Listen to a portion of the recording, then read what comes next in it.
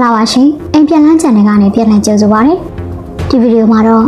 စီရင်သတင်းစာနဲ့စာရေးဆရာဘာတီလင်နာရဲ့ Outrage Burma Struggle for Democracy ဒေါမဟောင်းဗမာပြည်ဒီမိုကရေစီတိုက်ပွဲအခန်းနဲ့ရွှေပြည်တော်ရဲ့အပိုင်း၈ကိုမျှဝေပေးသွားကြပါမယ်နားဆင်ကြည့်ကြရအောင်ရှင်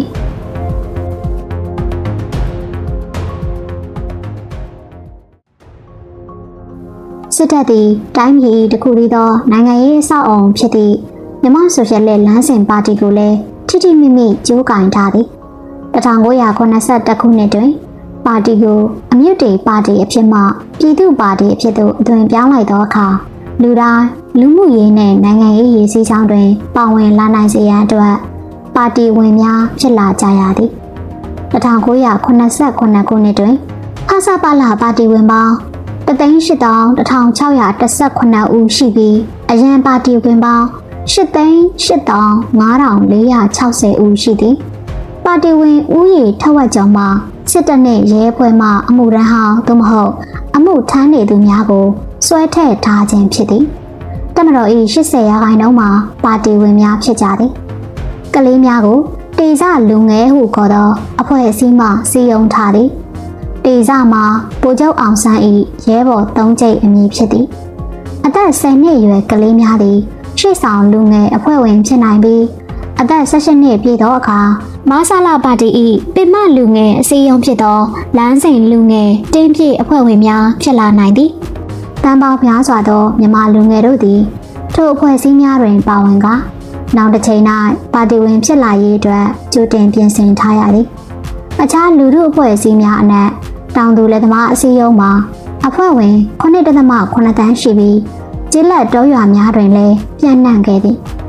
အလုပ်သမားများကိုပါဝင်စေခဲ့သောအလုပ်သမားအစည်းအရုံး၏အဖွဲ့ဝင်9 သန်းကျော်မှာအစိုးရပိုင်းလုပ်ငန်းများနှင့်ပုဂ္ဂလိကပိုင်းစက်ရုံများမှအလုပ်သမားများဖြစ်ကြသည်အစဉ်စဉ်သောပြည်သူ့ကောင်စီများဖြင့်မြို့ပြအုပ်ချုပ်ရေးကိုဆောင်ရွက်စေသည်သို့သောနေရာတကာတွင်အာဏာထိပ်ခေါင်ဖြစ်သောစစ်တပ်ပါတီကသာလျှင်အာဏာကိုချုပ်ကင်ထားသည်တိုင်းနယ်ပြည်နယ်အဆင့်ပြည်သူ့ကောင်စီဥက္ကဋ္ဌတို့မှအရသာသို့မဟုတ်စစ်ဗိုလ်ဟောင်းများဖြစ်ကြတော့လေအဆင့်တူပါတီကော်မတီဥက္ကဋ္ဌမှာထိုတိုင်းနယ်ပြည်နယ်ရှိယာဒူးအမြင့်ဆုံးသောစစ်အရာရှိပင်ဖြစ်သည်ဤသို့သောဖွဲ့စည်းမှုပုံစံ၏ဥပဒေအခြေခံကိုတပါတီဆိုရှယ်လစ်နိုင်ငံတော်တည်ထောင်ရန်အတွက်ရေးဆွဲထားသောဖွဲ့စည်းအုပ်ချုပ်ပုံအခြေခံဥပဒေတွင်ထည့်သွင်းထားသည်ထိုဖွဲ့စည်းအုပ်ချုပ်ပုံအခြေခံဥပဒေကိုဒေါက်တာမောင်မောင်ကမူကြမ်းရေးဆွဲခဲ့သည်သူသည်ဦးနေဝင်းအပါအဝင်စစ်တပ်နှင့်အမြဲနှီးစပ်သည့်တဦးရီသောပညာတတ်ဖြစ်သည်1983ခုနှစ်ဒီဇင်ဘာတွင်ထိုဖွဲ့စည်းအုပ်ချုပ်ပုံအခြေခံဥပဒေမူကြမ်းကိုအတည်ပြုရန်ပြည်သူ့ဆန္ဒခံယူပွဲတစ်ခုကျင်းပခဲ့သည်သို့သောမဲပေးစနစ်မှာလက်ခံနိုင်သောဒီမိုကရက်တစ်စည်းမျဉ်းတို့နှင့်လုံးဝမကိုက်ညီချေပြည်သူ့ဆန္ဒခံယူပွဲကျင်းပချိန်တွင်မိုင်းဆက်မြို့အလဲတန်းကျောင်းမှကျောင်းသူနန်းတော်ခန်းကအောက်ပါအတိုင်းပြောပြခဲ့သည်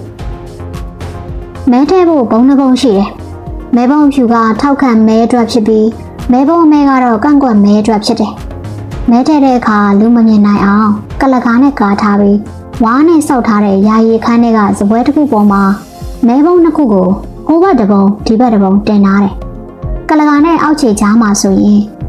15ကနေ20စင်တီမီတာလောက်ကွာနေတယ်ဒီတော့ဘသူကဘယ်မဲပုံကိုထည့်တယ်လဲဆိုတာမဲယုံမှုတွေကကောင်းကောင်းမြင်နိုင်တာပေါ့တချို့ကတော့ဘူးမသိဘာမသိမဲပုံတွေကိုထည့်သွားသေးတယ်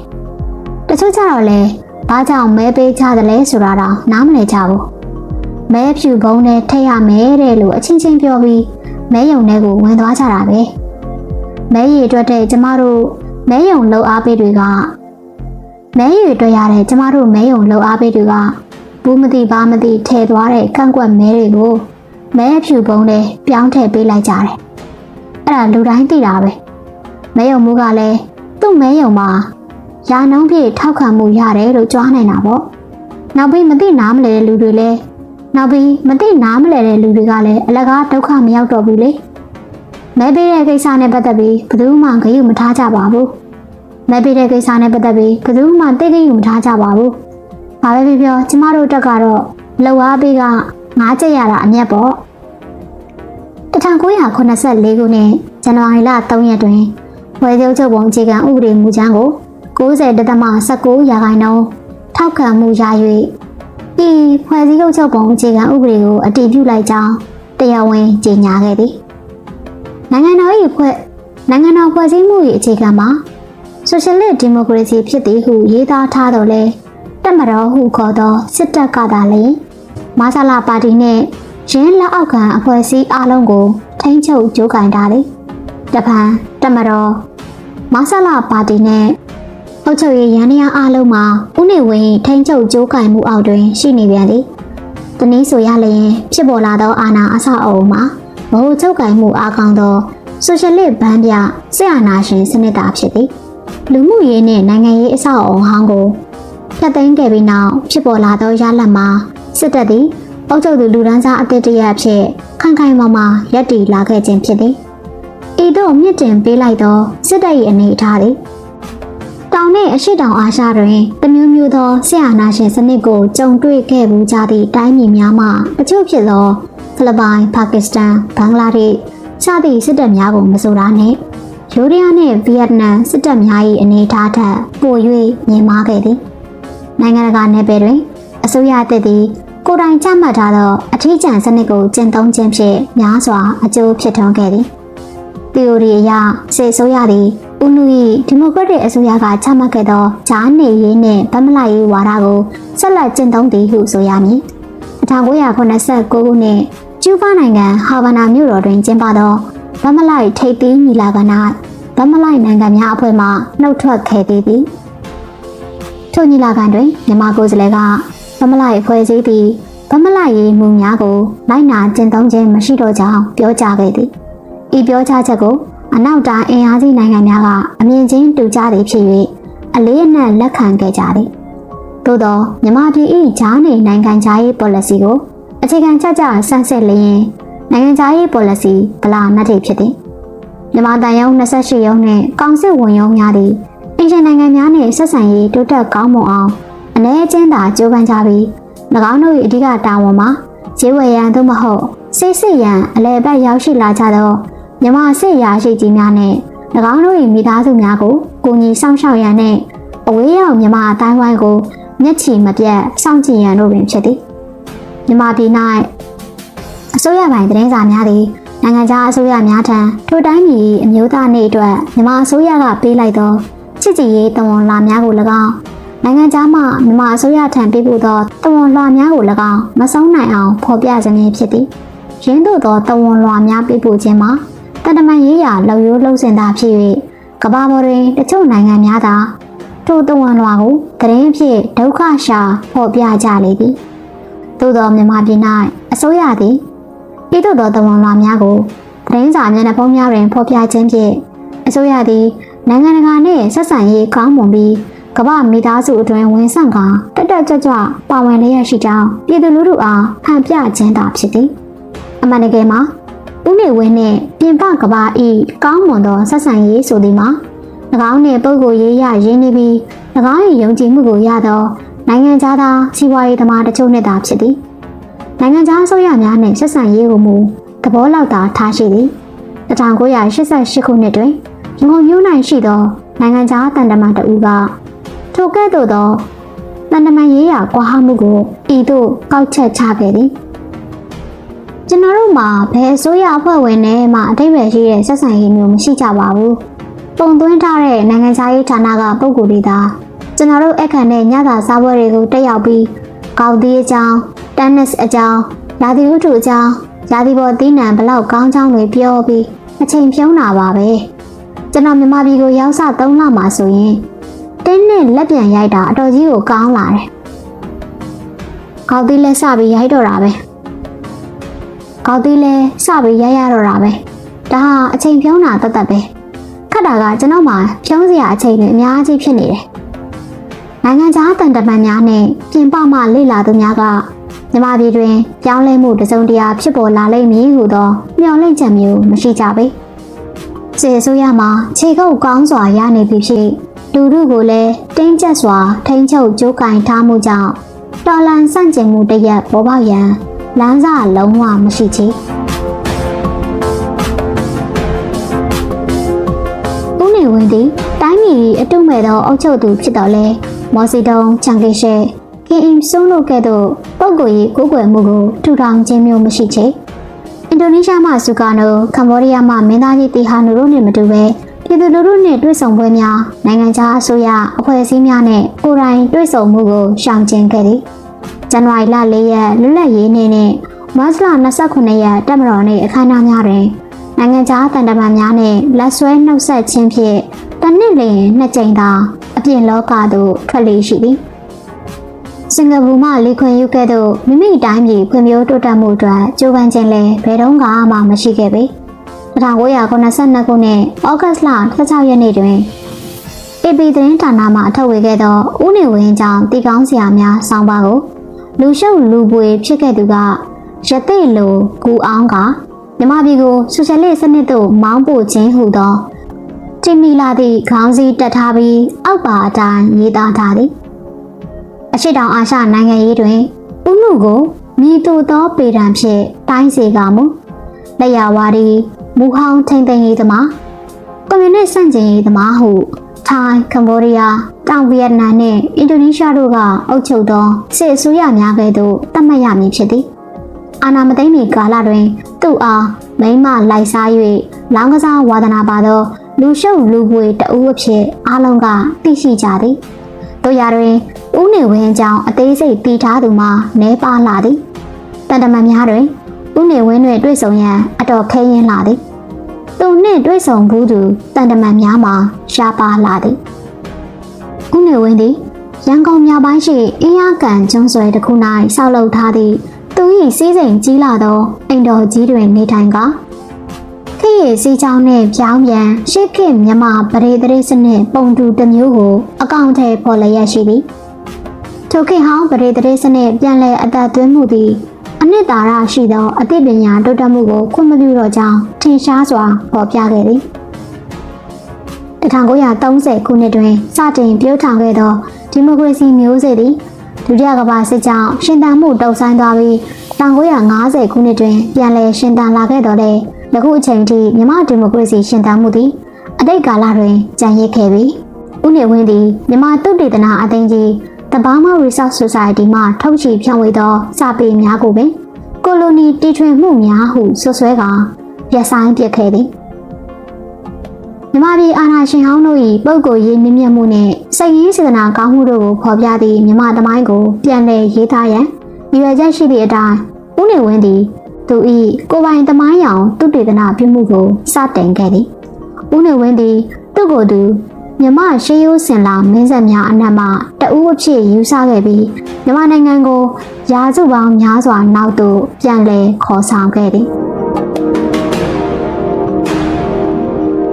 အာဏာပိုင်အဖွဲ့အစည်းအတွင်း၌အခြေအနေမှာဗိုင်းရန်တိုင်းကင်းတဲ့အသွင်တူကလောက်ကျန်မှုများယုံမားတန်တရားဖြစ်မှုများဆွေမျိုးချင်းအခွင့်အရေးပေးမှုများနဲ့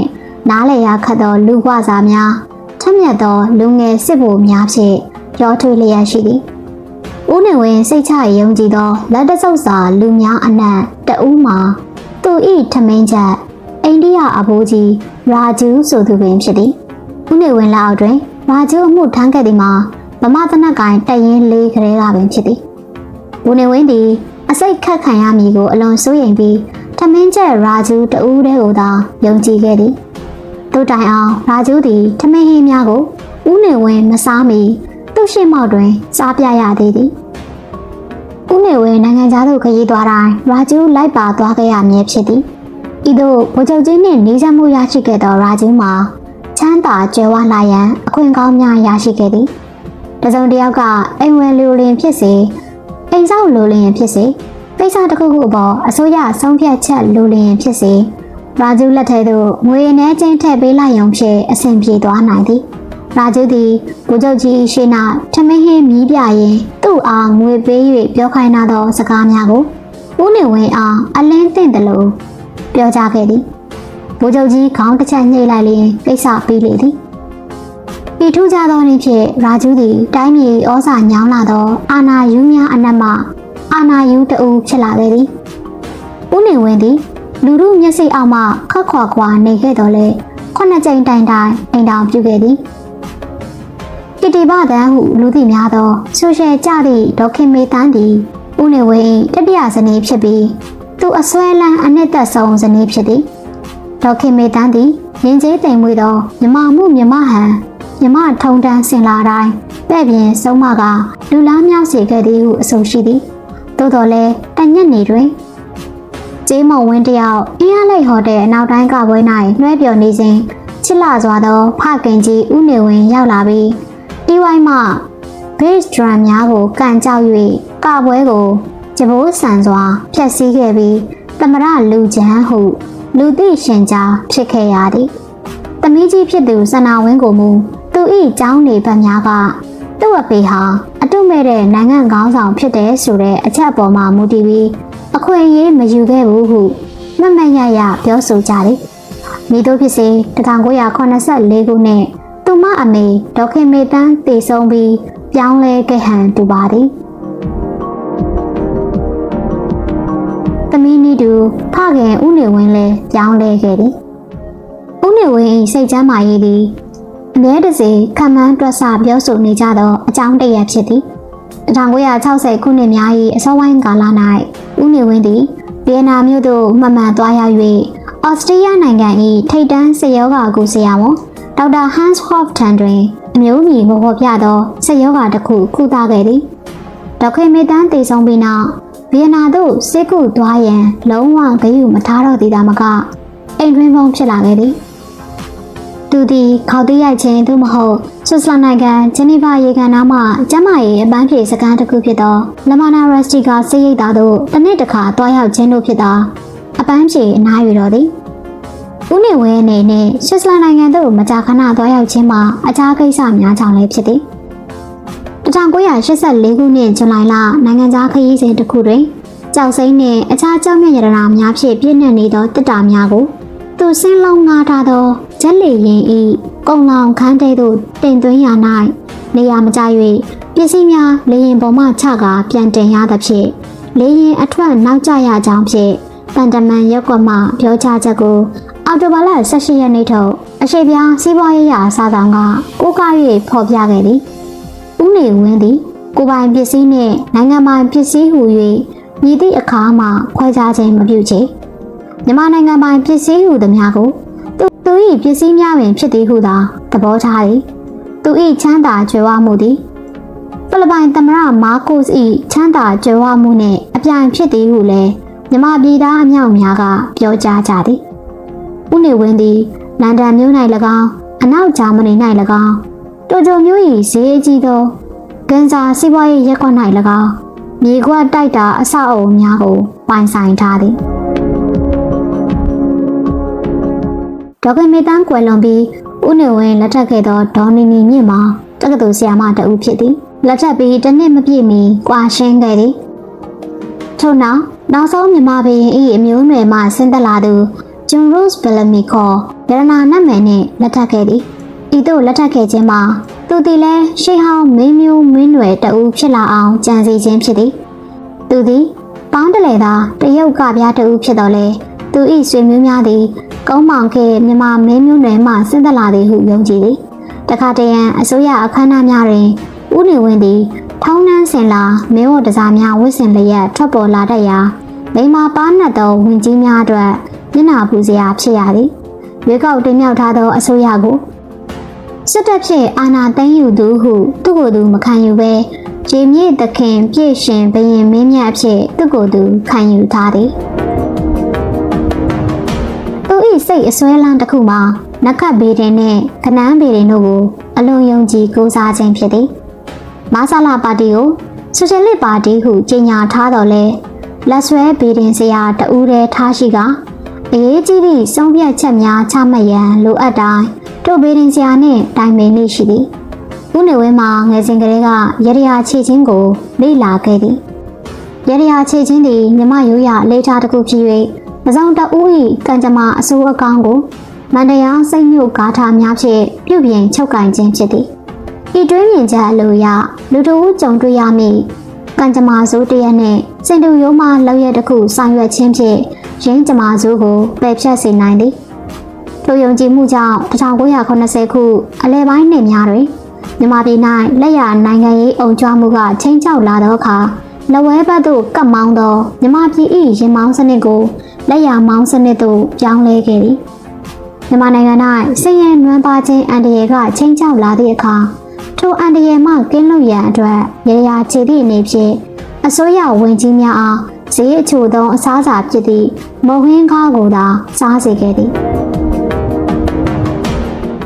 ဦးနေဝင်းနှင့်ရတနာနတ်မယ်တို့၏အိမ်အောင်ရေးမှာလည်းတစ်နှစ်မပြည့်မီပြိုကွဲခဲ့ရသည်ထို့နောက်ဦးနေဝင်းသည်ဒေါ်နီနီမြင့်ကိုပြန်လက်ထပ်ခဲ့သည်သို့သောယခုအခါသူ့ဘဝတွင်အရေးပါအရာရောက်ဆုံးသောအမျိုးသမီးမှာသူ့ဇနီးမဟုတ်ပဲသူ၏အချစ်ဆုံးသမီးစန္ဒာဝင်းပင်ဖြစ်သည်ဒေါ်စန္ဒာဝင်းမှာဒေါခင်မေတန်း၏နေရာတွင်အစားထိုးဝင်ရောက်လာခဲ့သည်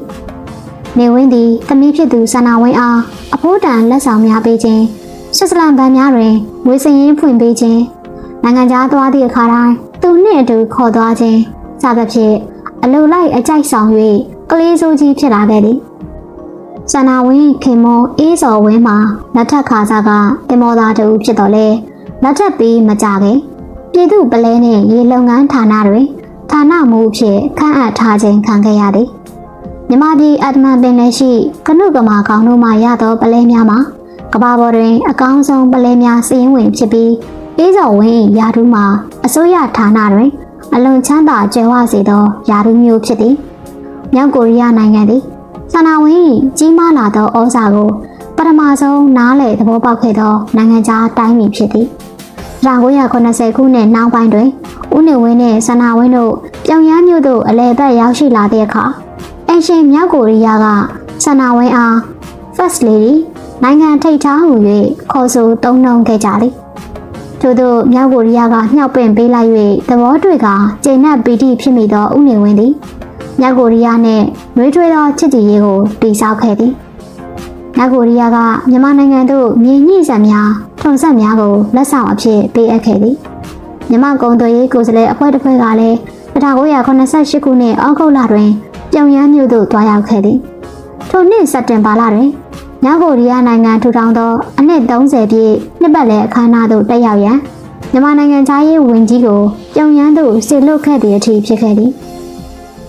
စန္ဒာဝင်းသည်သူမ၏ဖခင်အတွက်မြင်းမြအရေးပါသည်ကို1989ခုနှစ်ထိအနောက်နိုင်ငံများကမသိနားမလည်ကြချေထိုနှစ်တွင်စန္ဒာဝင်းသည်ဗြိတိရှစေးချောင်းတစ်ခုသို့ဝင်ခွင့်ရရှိရန်အင်္ဂလိပ်ဘာသာအရေးချင်းစစ်စာမှုဝဲဖြစ်ဆိုခဲ့ရာမအောင်မြင်ခဲ့ပေထို့အတွက်ဦးနေဝင်းသည်ချက်ချင်းပင်အင်္ဂလိပ်ဘာသာကိုရခင်ကဖျက်သိမ်းခဲ့သောအတန်းများ၏ကျောင်းသင်ရိုးညွှန်တမ်းတွင်ပြန်လည်ထည့်သွင်းပေးခဲ့သည်စန္ဒာဝင်း၏အင်္ဂလိပ်နည်းပြဆရာမြန်မာလူမျိုးအားဦးနေဝင်းကသူသမီးကြာဆုံးမှုအတွက်အပြစ်တင်ကအလုံးမထုတ်ပစ်လိုက်သည်ထို့ပြင်အင်္ဂလိပ်လူမျိုးဆရာတို့အားမြန်မာပြည်၏မိတက္ကသိုလ်များတွင်မြန်မာပြည်၏အဓိကတက္ကသိုလ်များတွင်အင်္ဂလိပ်စာပြသရန်ပြန်လည်ဖိတ်ခေါ်ခဲ့သည်မြန်မာပြည်သူတော်တော်များများကနောက်ွယ်တွင်ဦးနေဝင်းမိသားစုကိုအယူမင်းဆက်ဟုထိုက်ထိုက်တန်တန်လှောင်ပြောင်ခေါ်ဝေါ်ကြသည်ဦးနေဝင်းသည်အယူမင်းဆက်တည်မြဲရေးအတွက်အာရှတိုက်တွင်အထက်ရောက်ဆုံးသောရှုပ်ဝက်ပလိတ်အဖွဲ့ဖြစ်သည့်စစ်ထောက်လှမ်းရေးဌာန MIS Military Intelligence Service ကိုကျစ်လက်ခိုင်မာစွာတည်ဆောက်ခဲ့သည် MIS ကိုမြန်မာပြည်တဝန်း၌မသိသူမရှိဘဲအင်္ဂလိပ်စာမတတ်သူလယ်သမားများပင် MI ဟုဆိုလျင်နားလည်ကြလေသည်အကယ်၍နိုင်ငံရေးအတိုက်ခံများကိုတုတ်တင်တပ်ဖြတ်ခြင်းမှာချမှတ်ထားသောစည်းမျဉ်းမဟုတ်ဘဲချွင်းချက်ဖြစ်သည်ဟုဆိုသည်တာနိုင်ငံရေးအတိုက်ခံတော်လှန်ရေးအဖွဲ့အစည်းများနှင့်ဆက်သွယ်သည်ဟုတန်တရားရှိသူမှန်သမျှကိုဖမ်းဆီးအကျဉ်းချကညှဉ်းပန်းနှိပ်စက်လေရှိသည်စစ်စုံတောင်များသည်ပွင့်လင်းတိုးတက်သော liberal အတွေးခေါ်ရှိသည့်စစ်ဗိုလ်များအားမျက်လုံးတောက်ထောက်၍စောင့်ကြည့်နေမြဲဖြစ်သည်ထို့သို့စောင့်ကြည့်ကြည့်ရမှုများအလဲကျပြောင်းရွှေ့တာဝန်ချထားမှုများအာဂရိလိုက်စားမှုများရက်ဆက်ကြမ်းကြုတ်မှုများကြောင့်မြန်မာစစ်တပ်သည်ဆက်လက်၍တည်တံ့ခိုင်မြဲနေဆဲဖြစ်သည်ထို့ပြင်စစ်စုံတောင်များသည်အမေရိကန်ပြည်ထောင်စုအနောက်ဂျာမနီဗြိတိန်နှင့်ထိုင်းနိုင်ငံတို့တွင်ရှိသောအဝေးရောက်မြန်မာနိုင်ငံသားများကိုလည်းစောင့်ကြည့်ကြသည်နိုင်ငံခြားရှိမြန်မာအတိုင်းဝိုင်းတွင်မြည်သူမြည်ဝါသည်ကရင်ပေးဖြစ်သည်ဟုသိရှိရန်ခက်ခဲလာသောကြောင့်တအုပ်ပေါ်တအုပ်တန်တရားများပွားကာနိုင်ငံရေးလှုပ်ရှားမှုတစုံတရာမှမလုပ်ဖြစ်ကြချေဦးနေဝင်းထောက်လှမ်းရေးအကြီးအကဲဖြစ်နှစ်ပေါင်းများစွာတာဝန်ထမ်းခဲ့သူမှာသူယုံကြည်ခဲ့သောဗိုလ်မှူးချုပ်တင်ဦးကာကွယ်ရေးဝန်ကြီးဟောင်းဗိုလ်ချုပ်တင်ဦးမဟုတ်ပါ ထိုဗိုလ်မှူးချုပ်တင်ဦးဖြစ်သည်ဤတင်ဦးကိုမျက်မှန်တင်ဦးဟုခေါ်ကြသည်သူသည်1950ခုနှစ်များတွင်ပစိဖိတ်သမုဒ္ဒရာရှိစိုင်ပန်ကျွန်း၌အမေရိကန်ဗဟိုထောက်လှမ်းရေးဌာန CIA The Central Intelligence Agency မှဖွင့်လှစ်သောသင်တန်းသို့တက်ရောက်ခဲ့သူဖြစ်သည်1962ခုနှစ်တွင်သူသည်ဗိုလ်နေဝင်း၏ကိုရေးရာရှိဖြစ်လာပြီးသူ့အားဗိုလ်ချုပ်ကြီးမွေးစားသားအဖြစ်ရောစမှတ်ပြုကြသေးသည်1983ခုနှစ်ဇူလိုင်လ9ရက်နေ့ထုတ်အရှေ့ပြားစီးပွားရေးစာဆောင်တွင်စောင်းပါရှင်ရစ်နီတက်စကာကထောက်လိုင်းရေးတင်ဦးကိုအောက်ပါအတိုင်းရုပ်လုံးဖော်ခဲ့သည်သူ၏ထောက်လိုင်းရေးလုပ်ပေါ်ကိုင်ဘက်များမှာအမြင့်ချင်းပြီးတရတိဝါဒကိုလက်ကင်ထားသောအခြားသောမြန်မာခေါင်းဆောင်များနှင့်နှိုင်းစာလျင်ကမ္ဘာကိုဝင်ဆန့်သူများဖြစ်ကြသည်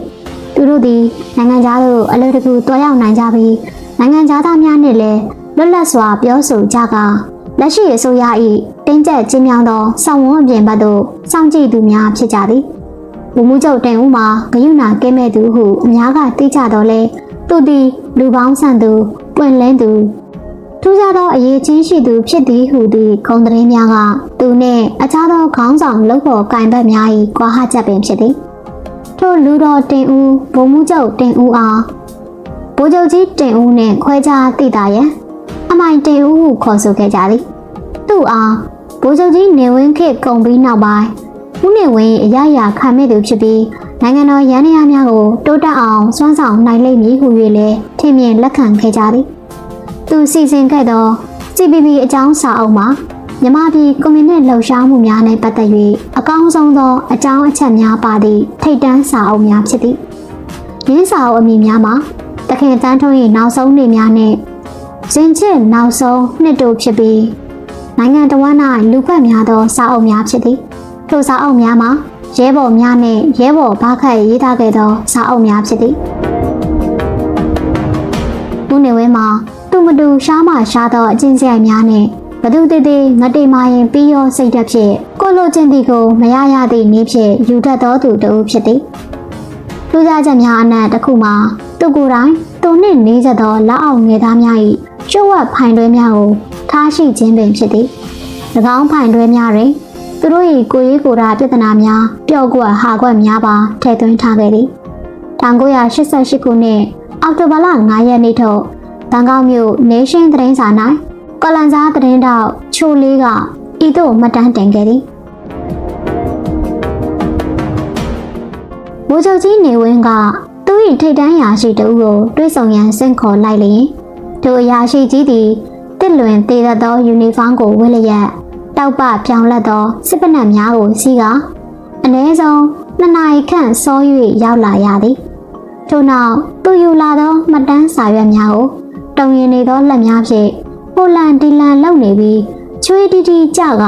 ကနာမငြိမ်ဖြစ်နေသည်ကိုတွေ့ရသည်။ဘာဖြစ်မည်ကိုမသိရပဲအချိန်ကြာ၍နိုင်တန်ချောင်းခောက်သည်နှင့်ဗိုလ်ချုပ်ကြီးရုံးခန်းသို့တန်တန်မမဝင်လာကတတိအနေထားဖြင့်ရက်နေရသည်။ဦးနေဝင်းခေါ်ယူတွေ့ဆုံသည့်ကိစ္စကိုသူပြောဆိုသုံးနှုန်းသောစကားလေတံပေါ်မူတည်၍သိနိုင်သည်။၎င်းအားညဉ့်ညမ်းစွာဆဲဆူအော်ဟစ်ပြီးပြန်လွတ်လိုက်ပါမူ၎င်းပုဂ္ဂိုလ်သည်ကိုရာဒုနှစ်ကိုမြဲနေသေးပြီးနမည်ကောင်းစည်ရင်းတွင်ပါရှိနေသေးကြောင်းသိနိုင်သည်သို့မဟုတ်ဗိုလ်ချုပ်ကြီးကမင်္ဂလာသတင်းများပြောကြားပြီး၎င်း၏ကျမ်းမာရေးအခြေအနေကိုမေးမြန်းခဲ့လျင်ထိုပုဂ္ဂိုလ်သည်ထွက်စာတင်၍မလွဲမသွေကြလာမည့်ထွက်ခွင့်ကိုစောင့်ဆိုင်ပြီးအငြိမ်းစားယူရန်သာရှိတော်သည်